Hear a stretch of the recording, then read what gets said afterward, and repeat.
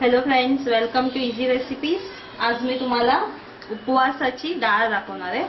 उपवासाची मालवणी पद्धतीची डाळ म्हणाल तरी चालेल अशी दाखवणार आहे। पहिलं आपण इथे तूर डाळ मी इथे चांगली 3 वेळा धुवून घेतलेली आहे आणि आता ही कुकरला मी शिजत ठेवणार आहे। तर कुकरला शिजत ठेवण्यासाठी ह्याच्यात मी इथे 3 मिरच्या घेतलेल्या आहेत, अशा उभ्या कापून घेतलेल्या आहेत, त्या टाकायच्या आहेत।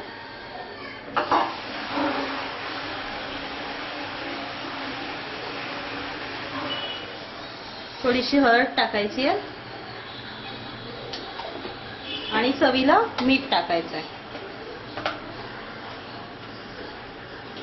आता ही मी 3 ते 4 शिट्ट्या काढणार आहे आणि कुकरमध्ये शिजवून घेणार आहे। मग मी तुम्हाला पुढचं दाखवते। आता आपण हे डाळीचे साहित्य बघूया। हे इथे मी ओलं खोबरं घेतलेलं आहे, त्याच्यातच हळद घातलेली आहे आणि हा अर्धा कांदा आणि हे जिरं आहे। हे आपल्याला मिक्सरला वाटण करून घ्यायचंय, हे ग्राइंड करून घ्यायचंय मिक्सरला। हे मी आता ग्राइंड करून घेणार आहे। आपली डाळ पण शिजलेली आहे आणि टेम्परिंग साठी म्हणजे फोडणीसाठी आपलं साहित्य आहे हिंग, राई, कढीपत्ता आणि थोडीशी कोथिंबीर।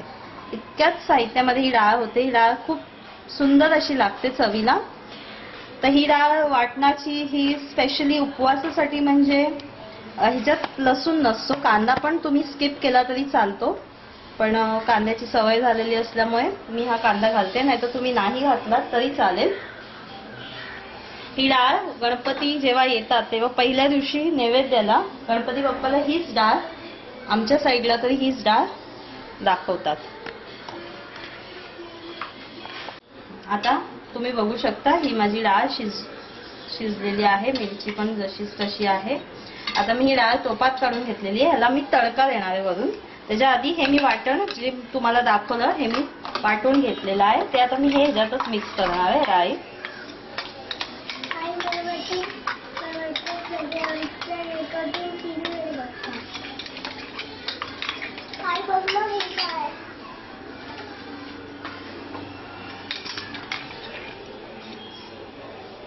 हे मी भांडं नंतर धुवून घेणार आहे। आता हे छान असं मिक्स करून घ्यायचंय।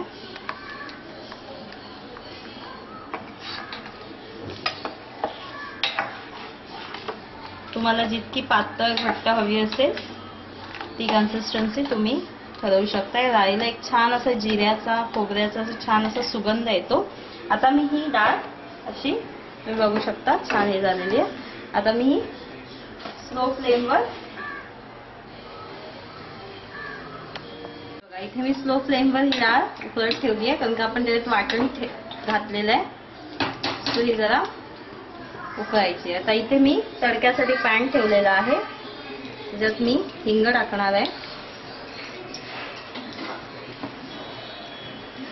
आणि मी डाळीमध्ये मीठ घालून घेणार आहे। मी उकडताना डाळीत थोडं मीठ घातलेलं, तर त्यानुसार आपल्याला मीठ घालायचंय।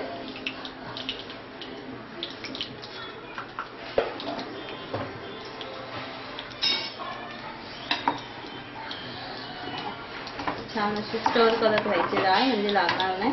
आता मी इथे हिंग घातलेलं आहे, आपला तडका छान तडतडलेला आहे। आता मी इथे राई घालणार आहे।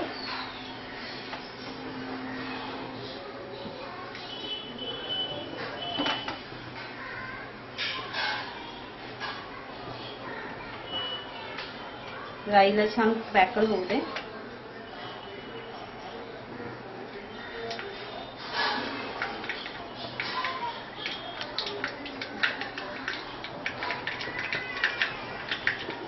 आता मी कढीपत्ता घालते।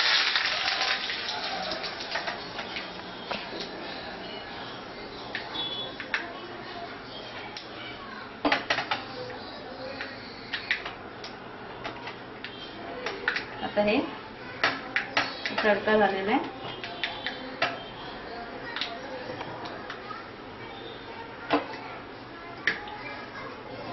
आपण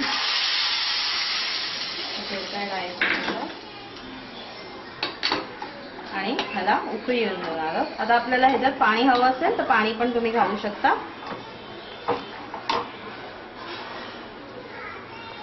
सो आता तुम्ही बघू शकता डाळीला आपल्या छान उकळी आलेली आहे.